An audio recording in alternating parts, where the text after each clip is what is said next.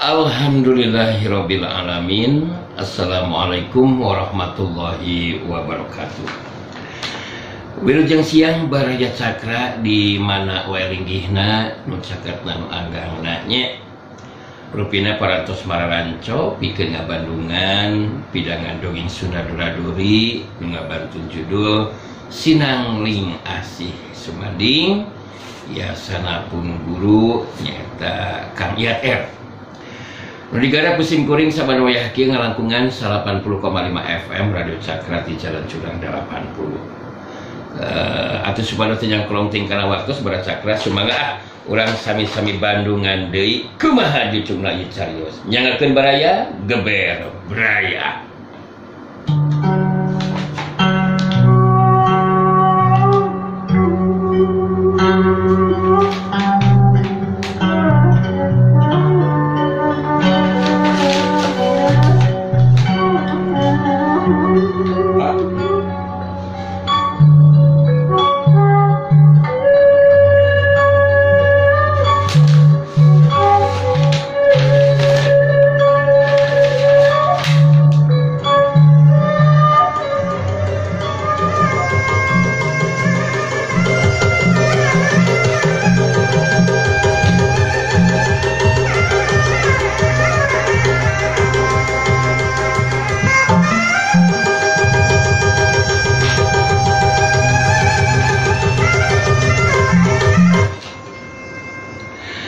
Kila musir miheulaan maju dina raja, gerakanna masih tetap seperti tadi, tapi kekuatanna jadi lebih hebat tibatan tadi. Si Rawing bisa ngerti anu jadi lawan memang utamakeun jeung nganolkeun kekuatan tanaga lapisanana. Dibarengan ku ilmu pangonci sangkan lawan, henteu bisa ngagunakeun ilmu pangenteng badana. Anu daek teu daek anu jadi lawan kabawakeun ku gerakan Kila Musir anu nyase dina mangsa ngalakukeun panarajangna. Sedengkeun di tempat sejen harita Sijari Sakti anu keur tarung ngayunan Ronggawesi.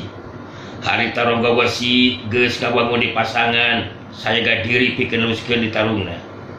Netep seukeut kanu jadi lawan Ronggawesi terus nyarita. Cari Sakti, sampean ora pengen seneng. Nanging gelut iki durung rampung Cari Sakti. Kowe ora bisa ngalahake aku Cari Sakti. Ayo, maju maneh kowe. Yo. Apa sing empuk kalau pakai bakal tak lakoni. Naon anu pitahayang ku Andika ku kuring bakal diladenan Ronggawesi. Sora Andika nu maju dina raja, sabab Andika anu miharep aya ieu tarung. Wong edan. Kepara kowe Cai Sakti. Jelema seperti manehna memang engkau bisa diberi di ngampun. Mampus kowe. Iya.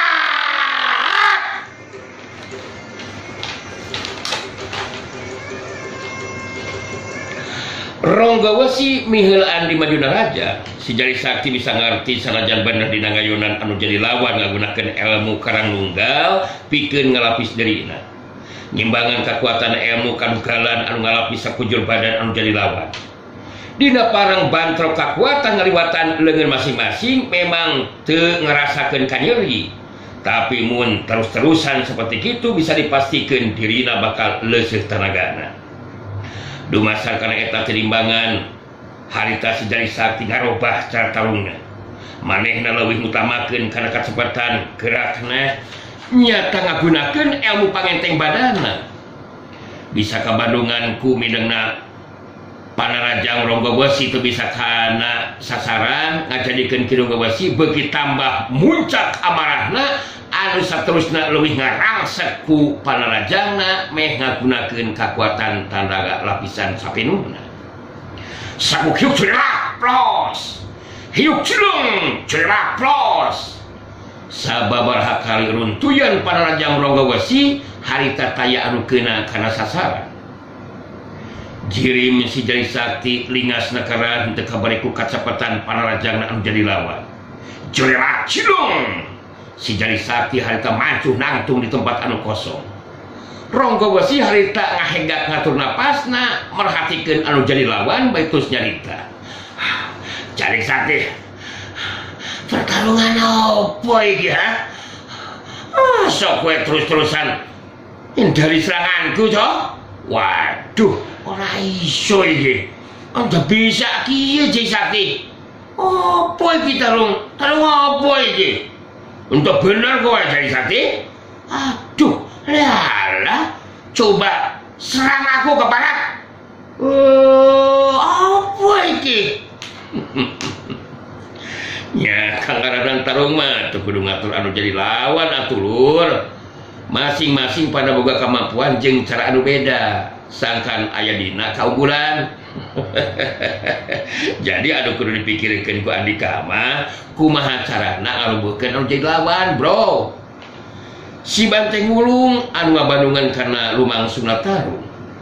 Harita bisa ningali kaya Ronggo Besi anu beuki tambah kesel jeung amek sabab rangsekan panarajangna masih keneh tacan aya anu bisa kena kana sasaran. Si Banteng Wulung nyarita deui semua anu ngagero bari mah panas ka Ronggo Besi sangkan leuwih muncak amarahna. Mangleh kengsel gemes ngejeng bingungannya masih nangogenya ronggoan bingungannya. Nerus-nerusan narajang nganu jadi lawan napina ngacan ngaya manarajang nganu keungna kena sangsaranya. Ngasok buktikeun sia kolopok urang acar. Sok buktikeun sia kangembatan ilmu silat maneh teh ronggoan. Lainan ngalah kahulengan ngitu sia kolopok cangkar ngehen sebangsa kayam. Janggo nenehean gitu ngatut ngasok manjut deui sia ronggoan serang sok kenyah rayu bani mah hari boga kabaga bugug mah sia urang acar. Sanajan teu ngaladenan caritana si Banteng Wulung tapi carita si Banteng Wulung beuki nambahan muntab amarahna Ronggo Besi. Ronggo Besi harita ngawangun di pasangan pikeun bungkas rumah kuna eta tarung. Pikeun ngarumbuhkeun anu jadi lawan bakal ngagunakeun jurus pamungkasna dibarengan ku kakuatan tanaga lapisan. Si Jari Sakti bisa ngarti sikap jeung pasangan jurus anu jadi lawan jelas. Ronggo Besi boga karep hayang mungkas eta tarung. Anu jadi lawan bakal ngagunakeun jurus pamungkas dibarengan ku kakuatan tanaga lapisan kapenuhna. Si Jari Sakti sayaga diri pikeun ngimbangan kekuatan anu jadi lawan ku cara ngagunakeun ilmu halimunan. Ku cara seperti kitu tang tu bakal gede pangaruhna pikeun Ronggo Besi dina neruskeun tarungna.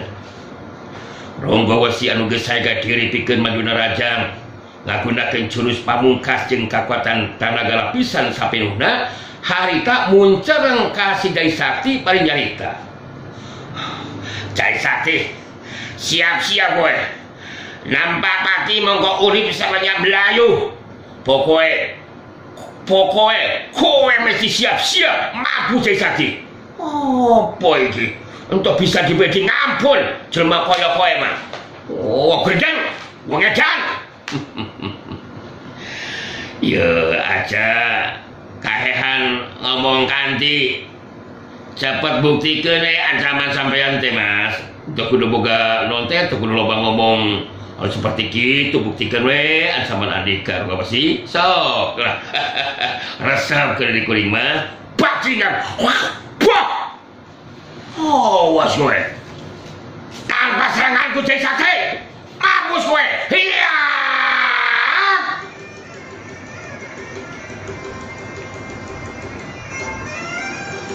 curela cilung. Ronggo Besi maju narajang. Si Jari Sakti mancuh dina tangtunganana. Si anu ngahajah henteu rek nyingkahan kadatangan panarajang anu jadi lawan. Saukhiu. Fus las. Cirim si Jari Sakti ngiles leungit tina teutepan. Ronggo Besi ngahulang leungiteun lawan narajang ka tempat anu kosong. Oh boy deh. wong edan tarung apa iki Jai Sakti? Hei Jai Sakti, ngendi sampean? Ngilang opo Jai Sakti? Ngendi ta? Waduh, kurang ajar wong edan kowe Jai Sakti, pakai ngilang segala rupa. Ronggo Besi anu culang cileng lengiteun lawan harita jadi semua anu ngakurbug kaget waktu ti tukang ngeunana harita ngadenge aya suara si Jai Sakti. Kuring aya di dieu ye di tukangeun anjeun Ronggo Besi teu kudu bingung-bingung gimana ya nanti tadi oge kuring mah di dieu gancang harita Ronggo Besi ngabalikeun badanna ka tukang katinggali si Jai Sakti mancu dina tangtunganana bari jeung seuri. aduh Jai Sakti wong gendeng jadi ayang ceri ke orang nauke, masa iya toh gelut seperti iki? Pertarungan apa iki? Alah, aduh entah bisa seperti kieu. Masa tarung kaya gini toh kowe gunakeun ilmu ngilang segala rupa. Apa? Tarung apa? Lecek kowe Jai Sakti lecek. Make ngilang segala rupa toh.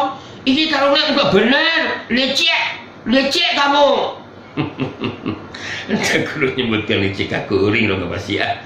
Sakuluna andika teh kudu mikir kumaha carana pikeun nebus ilmu kuring anu bisa ngalengi tina panajo lawan.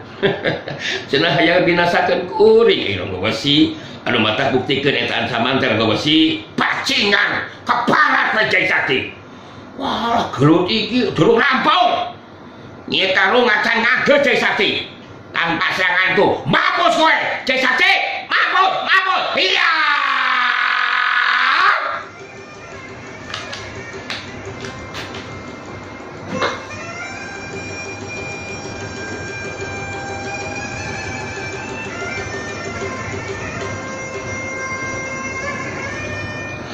Ronggo Besi anu muncak amarahna harita maju dina raja ngagunakeun di jurus pamungkasna jeung kakuatan tanaga lapisan anu sapinuhna. Tapi seperti tadi dewe samemeh panarajangkeun kana sasaran harita cirim si Jai Sakti ngiles leungit deui bae. Corelat sabuk hiuk bus las. Harita Ronggo Besi leungiteun deui bae anu jadi lawan. Culang cileun dengan si Jai Sakti. Aduh, apa iki? Aduh, wong gendeng. Aduh, kurang ajar. Wong edan kowe. Alah ngilang mah Jai Sakti. Gelut apa iki? Ayo aja ngilang. Terus ngendi kowe Jai Sakti? Jai Sakti, kowe ngendi to? Ngendi to? Aku jadi kasar Jai Sakti. Alah. Apa iki? Gelut apa iki? Aduh, gile. Aduh, langit. Aduh, endi Jai Sakti endi? Jai Sakti. Aduh, kowe endi? Si Jai Sakti nyawa ge saya lantung dikigereun belah kencaeun Ronggo Besi. Harita terus nyarita deui. Iya kudu mah aya di dieu Ronggo Besi. Narajangan bener atuh lur culang cileung kawas bueuk. Aduh Ronggo Besi, aduh bekal kana rajang ke tempat anu kosong atuh. Ya moalkeun atuh alah mun terus-terusan kieu mah moalkeun kana sasaran Ronggo Besi. Moal laksana tuh hayang ngabinasakeun kuring teh. Bener karuna Aduh sampean gendeng masa gelut ngilang. Aduh kesel aku. Aduh Ronggo Besi ngakirirkeun badana ka gigir bari ngagajeng luncat ka tukang si Jai Sakti keur mancuh deui dina tangtunganana bari ngahegat ngatu napasna harita Ronggo Besi ngawangun di pasanganana. Sedangkan si Banteng Wulung bangun anu suka hatena ningali Ronggo Besi geus 2 kali narajang cirim si Jai Sakti ngiles leungit. ngongkoh maneh teh ngajang bingnang sikeun Kang Jangri tapi nanginingan ngalah ka culang Cileung kawas manuk piit tangan nganu jadi lawan teh wah ngan sangukur ngitu nginingan kemampuan ilmu singlat maneh teh rengguan kolopok jangkar keset si bangsa hayam si tukang ngamuan bujur rentong ngasok buktikeun sang urang ajar lamun bener bisa binasakeun Kang Jangri mah ngotakna dipangke ngatuh ulah make bujur kumaha supaya nauna bisa ngunggul bisa ngelekeun Kang Jangri ronggoan maneh masih nagoge ngeselnya ngesel ngejembingungannya kasihan deng lo ngasok manjut teh kolopok si tukang ngecolkan bujur ngentong Nyai Tarsih ngareta si Banteng Ulung baik terus nyarita Kang Anteng maaf nih terus-terusan mah paras gitu geningan kalau gak basi teh tukang ronggo basi jadi jadi ayah asli gak bandungan anak abdi mah Kang Anteng suka pisah si Kang Anteng ningali seranggo kesajian bingung teh Kang Anteng mah ngenya bener nganteng sungka bisa jengetik aduh jengetik narsi suka mana wae Kang Anteng mah lamunan nulus-nulusan itu mah kita serengguan teh bakal nulus beakeun tanaga bakal nulus leuleuskeun kita si kolopok teh nyengetiknya si tukang ngecokan bujur ngentong ngalah ka nguma oge ngeusel dah oge Kang Jangri nganu bakal ngunggul asok bandungan ku nyengetik tuh, enggak benar, kan mau nih kasih segala lupa. Nya tendang naon atulah, cek tidak oke, nih tadi ngetik. Ya mudah-mudahan we tukang jadi sakti teh bakal mampu ngukulan anu jadi lawan kan. Sabah mun Kang Jangri, anu ele jajate, urang doa ge bakal cilaka Kang. Ya moal, mau nepikeun Kang itu atuh nyetik. Mungkin nama murang mudu percaya weh karena kemampuan Kang Jangri tinggalikeun si ronggoan beuki ngang hegat kidu na prasna aduh mimiti campeun teh situ anggeun bingungan jeung Kang Sel masih nanggoge si Banteng Ulung jeung Nyi Eutik harita musirkeun diperhatianana ka tempat lubangsungna tarung antara si Jari Sakti jeung si ronggoan.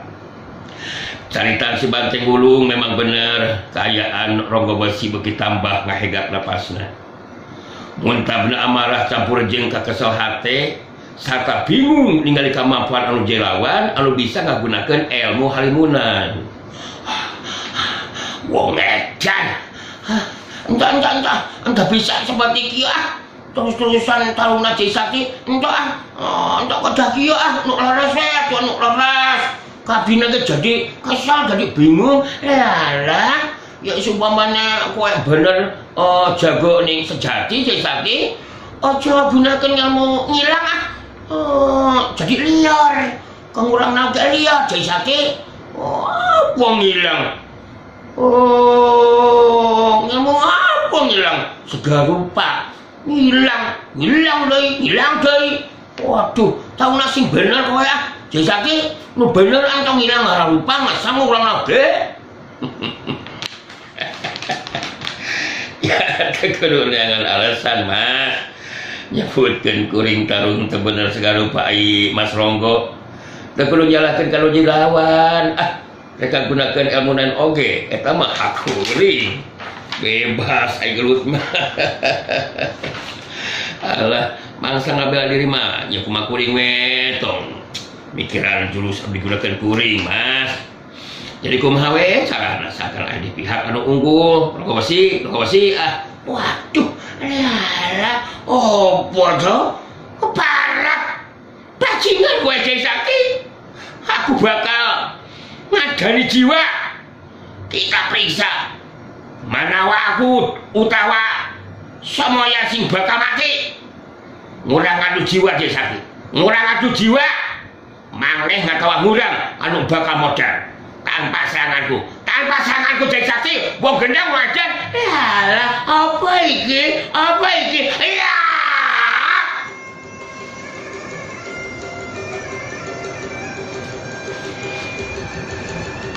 Ronggo Wesi sanajan barejeng bingung dina ngayonan lawan anu bisa ngagunakeun ilmu halimunan, tapi maehna masih keneh kekeh penasaran hayang bisa ngabinasakeun anu jadi lawan. Pikeun anu katulu kalina harita Ronggo Wesi maju dina raja ngagunakeun jurus pamungkasna jeung kakuatan tenaga lapisan sapinuhna. Tapi seperti anu geus dua kali karanapan ku deulina. Harita pikeun anu katulu kalina harita panrajang Ronggo Wesi saukur bisa ngahantam deui ka tempat anu kosong sabab cirim si Jai Sakti geus ngiles deui bae leungit. Curela sauk heu las rangan Ronggo Wesi ngarandag deui ngeureunkeun panrajangna. Culang cileung deui bae nyangan cirim anu jadi lawan. Ronggo Wesi beuki tambah ripuh dina ngatur napasna. Rek teu kitu kumaha hada puguh geus 3 kali maju raja ngagunakeun jurus pamungkasna jeung kakuatan tenaga lapisan sapinuhna, tapi geus 3 kali deui cirim anu jadi lawan ngilos leungit tina panenjo manehna. Bisa karasa ku Ronggo Wesi napasna beuki tambah ripuh, malah jai terus karasa sudah tenagana. Bari mancuh dina tangtunganana harita Ronggo Wesi ngahegatna napas teh beuki tambah ripuh. Manehna bener-bener bingungeun sabab henteu mampu nembus kamampuan ilmu lawan anu bisa ngaleungit. Ronggo Wesi ngahulang bari ngakeun ngomong sorangan. Alah. Aduh. Tuh, anak bujur gogoy apa iki? Wagedan kowe Jai Sakti. Aduh, entuk dikira bisa ngagunakeun ilmu halimunan ngalang upah. Aku jadi bingung ngadepi musuh sing kaya ngene. Apa iki?